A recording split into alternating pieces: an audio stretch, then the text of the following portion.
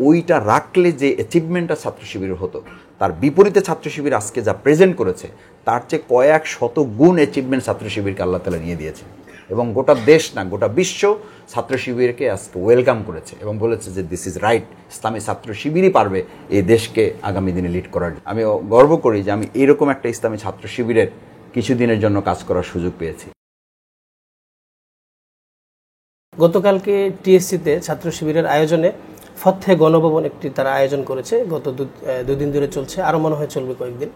কিন্তু গতকালকে রাতে আমরা দেখতে পাচ্ছি বিকাল থেকেই সামাজিক যোগাযোগ মাধ্যমে লেখালেখি হচ্ছিল এবং এক পর্যায়ে বাম সংগঠনগুলো বা জামাতকে যারা বা শিবিরের বিরোধী যারা আছেন তারা রাজাকার রাজাকার স্লোগান দিচ্ছিল এবং তারা বলছিল যে জামাতের রাজাকারদের ছবি ওখানে টানানো হয়েছে, তারা সেটার প্রতিবাদ করছে। তার ফলশ্রুতিতে শিবির এটি আবার সরিয়ে অন্য গ্রাফিতে আজকে ওখানে লাগিয়েছে দেখলাম।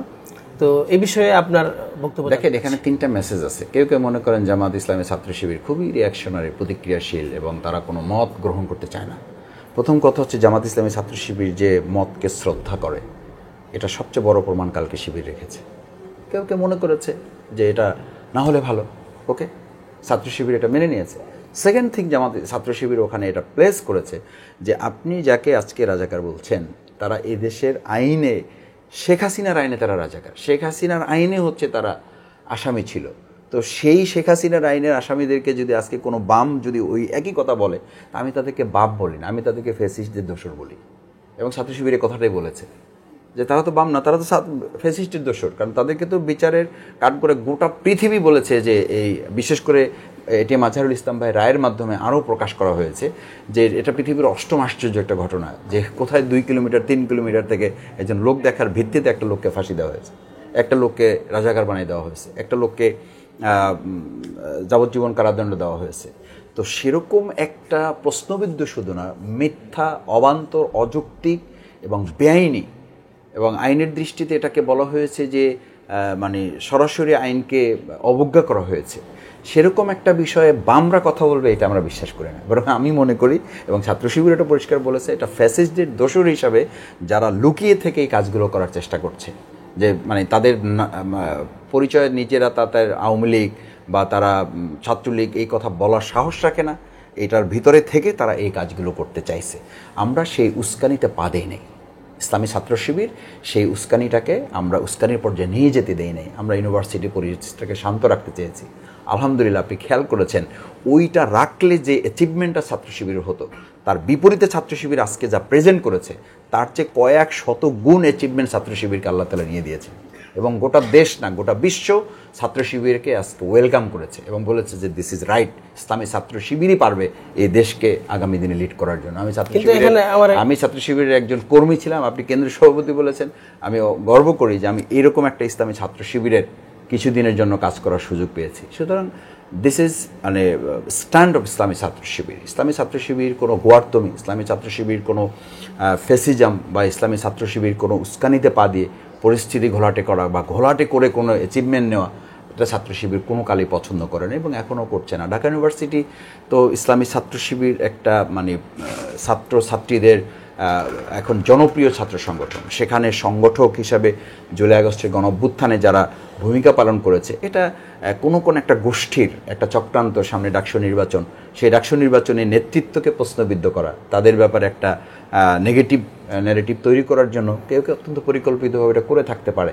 কিন্তু এটা হবে একদমই মানে বোকার স্বর্গে বাস করার মতো একটা ব্যাপার, যে ছাত্র শিবিরের মতো এরকম খোলামেলা, ছাত্র শিবিরের মতো এরকম একটা উদার, ছাত্র শিবিরের মতো এরকম একটা লজিক্যাল ওয়ার্ক যারা করে, ওয়েলফেয়ার ওয়ার্ক যারা করে, মানে ছাত্র শিবিরই বলছে ওখানে, বা আপনারা নিশ্চয়ই শুনেছেন যে মানে যাদের মানে 20 মিনিট কথা বলার মধ্যে 19 মিনিটই শুধু শিবির নিয়ে কথা বলতে হয়, নিজেদের কাছে কোনো পুঁজি থাকে না, তারাই শুধু ছাত্র শিবির নিয়ে ঘাটাঘাটি করে, ছাত্র শিবিরের পজিটিভ ওয়ার্কগুলোকে তারা প্রশ্নবিদ্ধ করে। কিন্তু কালকে তো আমরা দেখেছি যে প্রধান উপদেষ্টার যে জুলাই ঘোষণাপত্র অনুষ্ঠানে ছাত্র শিবিরের কেন্দ্রীয় সভাপতি, ছাত্রদলের কেন্দ্রীয় সভাপতি, সেক্রেটারি এবং শিবিরের সাদিক কায়েম, ওনারা তো সৌহার্দ্যপূর্ণ হাসাহাসি করছেন, এমন একটা ভিডিও ছড়িয়েছে সামাজিক যোগাযোগ মাধ্যমে।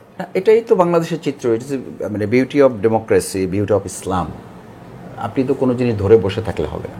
আমি তো বললাম ছাত্র শিবিরই এটা ব্যতিক্রম, এটা করতে পারে, ছাত্র শিবিরের পক্ষে এটা সম্ভব।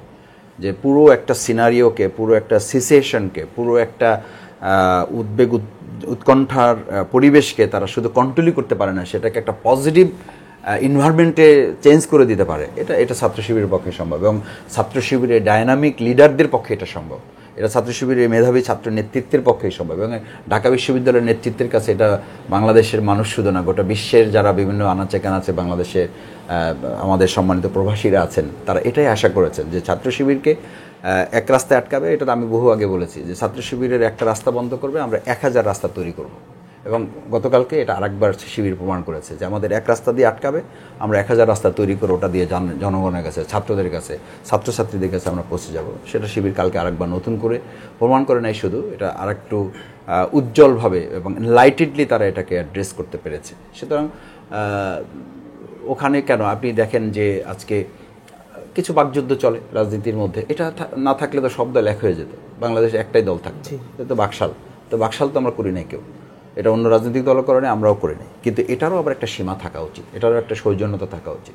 তো যেটা ওখানে হয়েছে এটাই ঠিক আছে, এটাই ফর্মালিটিস, এটাই আমাদের রাজনীতির চিত্র হওয়া উচিত। আমাদের শিক্ষার্থীরা, আমাদের সাধারণ জনগণ এরকম চিত্রে আশা করে।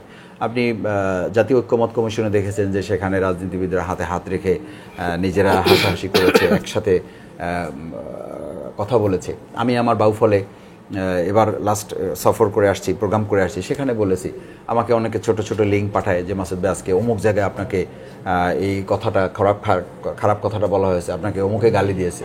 তা আমি বললাম ঠিক আছে, আমাদের প্রতিপক্ষরা গালাগালি করবে আর আমরা গলাগলি করব, তাদের গালাগালির জবাব আমরা গলাগলি দিয়ে দেবো। তো জামাত ইসলামী বাংলাদেশে বোধহয় সবচেয়ে একটা পার্টি যেই পার্টি এরকম নেতিবাচক পরিস্থিতি মোকাবেলা করে করে করে করে এই পর্যন্ত আমরা এসেছি। সুতরাং এই নেতিবাচক পরিস্থিতির সাথে আমরা এতই অভ্যস্ত যে এগুলো করে আমাদেরকে ভবিষ্যতে কেউ বেকায়দায় ফেলতে পারবে, বরং তাদের সতর্ক থাকা উচিত। আমি সতর্ক থাকা উচিত ভয়ের দৃষ্টিতে বলছি না, বিবেকের দৃষ্টিতে বলছি। সতর্ক থাকতে হবে এই কারণে যে আমাদেরকে শেষ করতে করতে করতে করতে নিষিদ্ধ করার পরে আওয়ামী লীগকে দেশ ছাড়তে হয়েছে।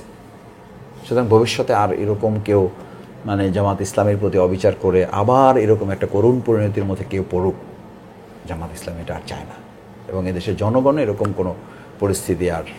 আমরা অনুষ্ঠানের শেষ পর্যায়ে আর দুই একটি প্রশ্ন করে শেষ করবো ইনশাল্লাহ। একটি হলো যে জাতিসংঘের বাংলাদেশের যে অফিস, এটা নিয়ে অনেকেই বিভিন্ন সমালোচনা করছেন, বিশেষ করে ইসলামিক দলগুলো, কিন্তু অনেকে জামাতের সমালোচনা করছেন যে জামাত এটার প্রতিবাদ করেনি, বরং জামাত মনে হচ্ছে যে জাতিসংঘের অফিস হোক, এটা জামাত চাচ্ছে।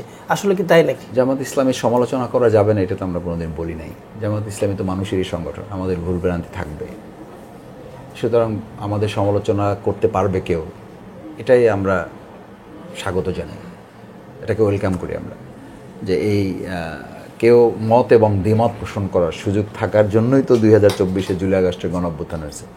আওয়ামী লীগ তো ফেসবুক স্ট্যাটাস দিলে তার গ্রেপ্তার করে 2 বছরে জেল দিয়ে দিছে। এখন জামাত ইসলামী কি ওই লাইনে যাবে, বা এই সুযোগ থাকলে কি আমি এটা কথা বলা বন্ধ করে দেবো? আমরা এটা পছন্দ করি না। আমাদের ব্যাপারে কেউ কথা বলতে চাইলে বলবে, সেটার মধ্যে কোনো ভালো দিক থাকলে আমি গ্রহণ করি। আমাকে ওই যে বললাম না যে আমাকে লিঙ্ক পাঠায় যে ভাই আজকে আপনাকে অমুকে বক্তৃতার মধ্যে এই কথাটা বলেছে, তা আমি তখন ওই ভাইয়ের নাম্বার নেই যে আমাকে নাম্বারটা দিয়ে না আমি তার সাথে কথা বলবো। তা আমি যদি কথা বলার সুযোগ পাই একেবারে আপনাকে বলছি আজকে, আর না হলে অন্তত ওই ব্যক্তির বা ওই ভাইয়ের নাম ধরে আমি আল্লাহর কাছে দোয়া করি, একেবারে ফ্র্যাঙ্কলি বলছি, ওই নাম ধরে আল্লাহর কাছে দোয়া করি যে আল্লাহ ইয়া মুকাল্লিবাল কুলুব সাব্বিত কলবি আলা দীনি। এই লোকটার অন্তর পরিবর্তন করার মালিক আমি না, আপনি তার অন্তর পরিবর্তন করে দিতে পারেন। হযরত ওমরের মতো মানুষকে যদি দ্বিতীয় খলিফা আপনি বানাই দিতে পারেন, আপনি যদি তাকে আশারায়ে মুবাশশারা বানাই দিতে পারেন, তাহলে এই পৃথিবীতে এর চেয়ে আর এমন কে ভয়ানক ব্যক্তি আমাদের জন্য হইতে পারে? সুতরাং আপনি চাইলে এটা করে দিতে পারেন, আমি তার জন্য দোয়া করি। তার চেয়ে বড় কথা হলো, আমি যখন খুব অহমিকায় ভরে উঠি, এটা আপনাকে আমি চেঞ্জ টিভিকে আজকে এটা আরও আমি আমার সকল দেশবাসী, আমার বাউফলবাসীর কাছে বিশেষ করে বলি যে কেউ যখন এই সমালোচনা করে তখন আমার মধ্যে যে কিছু অহমিকা তৈরি হয়, আমার মধ্যে মানুষ হিসাবে যে যখন মনে করি যে আমার কোনো ভুল নাই বা আমার ভুল হইতে পারে না, এটা যখন মনে করার একটা স্টেজে যাই, আমি খেয়াল করি তখনই আল্লাহ তাআলা এরকম দুই একটা বক্তব্য আমার কাছে কেউ ক্লিপ করে পাঠায় আর কি, যে ভাই আপনাকে কিন্তু আজকে অমুকে এই ধরছে। তা আমি তখন চিন্তা করি যে দিস ইজ রাইট পয়েন্ট, আমি তো মানুষ, আমার ভুল আছে, ভুল থাকতে পারে। তখন আমি নিজেকে একটু সংযত করি, তখন নিজেকে আমি একটু শান্ত করি, তখন আমি আল্লাহর কাছে ধর্ণা ধরি। আপনি যদি লাগামহীন হয়ে যান যে আপনার কোনো ভুল নাই, এটা তো ইবলিসই বলেছিল শুধুমাত্র, এই ক্যারেক্টারটা তো ইবলিসের, এবং ইবলিস শেষ হয়ে গেছে। ইবলিস ছিল না, ইবলিস তো ছিল ফেরেশতাদের সর্দার। তো শেষ হয়ে গেল কেন? সে ফেরেশতাদের সর্দার থেকে শয়তানের সর্দার হলো কেন? শয়তানের সর্দার হলো যে আমার কোনো ভুল নাই। তো মানুষ হিসেবে শফিকুল ইসলাম মাসুদ যদি মনে করে যে আমার কোনো ভুল নাই, তা আমি তো শফিকুল ইসলাম মাসুদ না, তুমি তো ইবলিসের সর্দার, ইবলিসের নেতা। আমি তো জামাতের নেতা না, আমি তো ইবলিসের নেতা।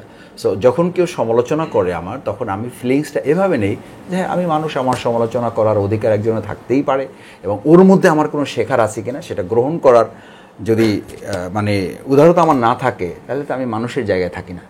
মুসলিম তো পরে, মুমিন তো পরে, জামাতের মহানগরীর সেক্রেটারি তো পরে, মানে অ্যাজ এ মুসলিম বা মানুষই তো আমি থাকি না, আমি তো ইবলিসের কাতারে চলে যাই। সুতরাং এটাকে আমরা ওভাবে নিচ্ছি না, বরং নিচ্ছি যে আমাদের এই সমস্ত বিষয়ে যারা যেটা বলবে আমরা এটাকে রিসিভ করে নিয়ে আমরা সবাইকে নিয়ে সামনের দিকে এগোতে চাই।